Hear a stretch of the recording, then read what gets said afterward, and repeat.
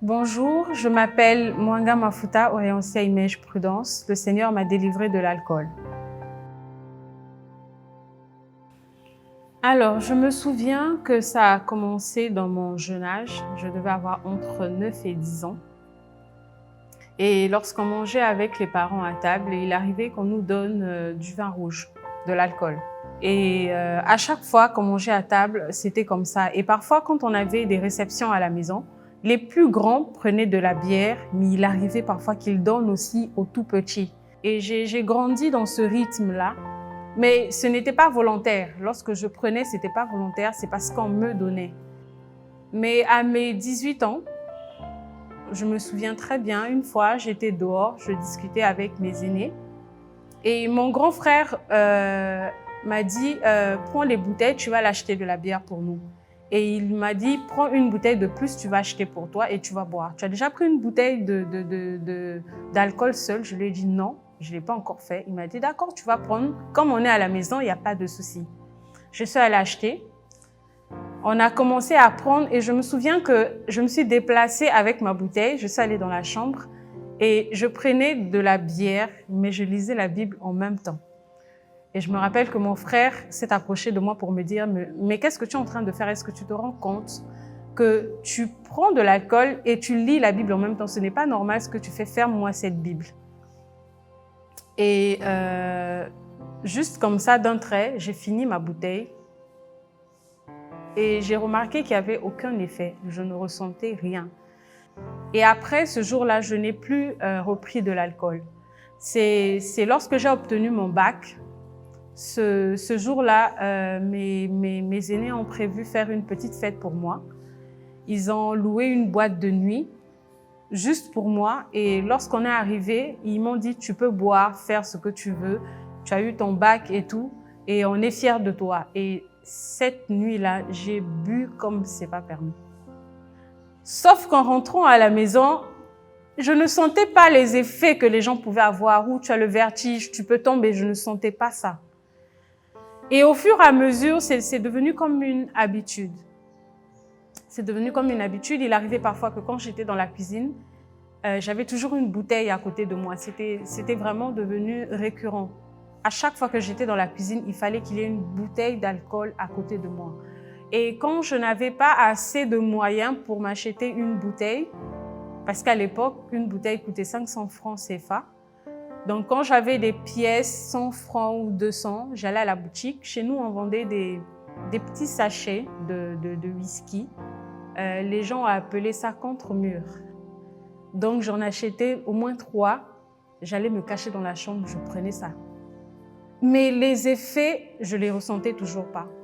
Et en grandissant, j'avais des règles douloureuses. Donc ça me faisait souffrir, j'avais très mal. Je me retrouvais parfois paralysée toute une journée parce que j'avais du mal à marcher. Et j'avais mon grand-père qui venait tout le temps me faire des injections. Et un jour, ma grande sœur s'est dit « Attends, nous à l'hôpital, quand on va accoucher, il arrive qu'on ait des douleurs au niveau du ventre et les sages-femmes nous donnent de la bière. Et une bière bien glacée. Et elle m'a dit, on va essayer avec toi pour voir en fait ce que ça va te faire. Je lui ai dit, pourquoi? Il n'y a pas de souci. Elle m'a acheté une bouteille, j'ai pris cette bouteille-là, mais j'avais toujours mal. Et ensuite, elle m'a dit, on va sortir de la maison, tu vas m'accompagner quelque part. Je suis partie avec elle, on s'est retrouvés dans un bar. On s'est assis. J'ai pris une deuxième bouteille, j'ai pris une troisième, une quatrième. C'est au bout de la 5e bouteille que je n'avais plus mal au ventre. La douleur s'est complètement arrêtée.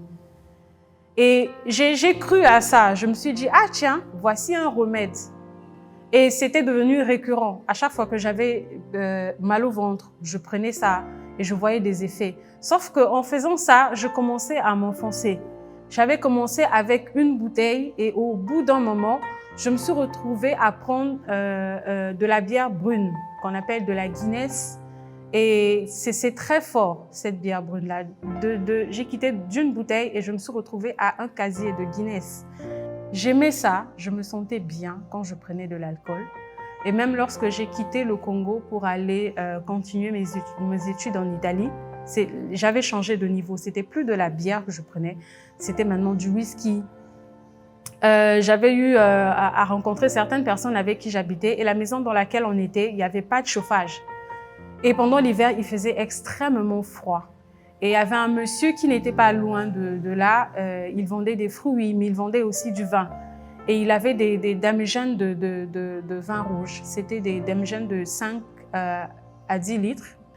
Donc parfois, je prenais la damjane de 5, ou il y a des moments où je prenais celle de 10. Mais quand je prenais ça, toute la nuit, je me mettais à boire. Jusqu'à ce que je me sentais bien en fait. J'avais chaud, mon corps chauffait et j'arrivais à dormir.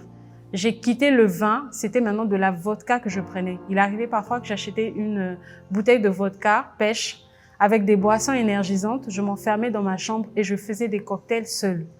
Et c'était comme ça tous les jours. Tous les jours, c'était devenu ma vie. Je ne pouvais plus me détacher de ça. Alors, en 2011, plus précisément en mai, j'ai quitté l'Italie pour venir au Sénégal. Et quand je suis arrivée au Sénégal, j'avais une cousine qui était ici et c'est elle qui m'avait accueillie. Et lorsque je suis arrivée, j'ai trouvé quelqu'un de totalement transformé parce que lorsqu'on était au pays, c'est avec elle parfois qu'on partait faire la fête. Et il arrivait des moments où elle me parlait du Seigneur. Non, tu vois, il faut mettre ta vie en règle. Mais ça ne m'intéressait pratiquement pas. Quelque temps après, quand elle m'invitait, viens à l'église, je fuyais, ça me dérangeait vraiment. Et quelque temps après, il y a un frère de l'église qui était ami à ma cousine, qui est venu nous rendre visite à la maison. Et il a commencé à s'intéresser à nous poser des questions, comment ça se passait en Italie, comment on vivait. Et pendant qu'il était en train de nous parler de but en blanc sans qu'on se rende compte, il a commencé à nous présenter l'évangile, nous parler de Christ. Et c'est là, ce jour-là, que j'ai donné ma vie au Seigneur. Mais je ne me rendais pas compte en fait de l'acte que je venais de poser. Et quelques jours après, il y a le pasteur qui nous a proposé de nous donner des cours de délivrance. On a commencé à faire des cours de délivrance avec le pasteur et ça avançait bien par la grâce de Dieu. Et un jour, juste comme ça, on était là, j'étais en train de discuter avec mon petit ami à l'époque. Je lui ai dit subitement, je veux prendre de l'alcool. Il s'est dit, d'accord, qu'est-ce que tu veux prendre? Je lui ai dit, je veux prendre de la Heineken. Il m'a dit, d'accord. On a acheté, parce que la Heineken, il y a le niveau qui est tout petit, il y a un qui est double, il est un peu plus grand. Et il m'en a acheté 2. J'ai pris la première boîte, je l'ai bu, il n'y avait pas de souci, j'allais bien.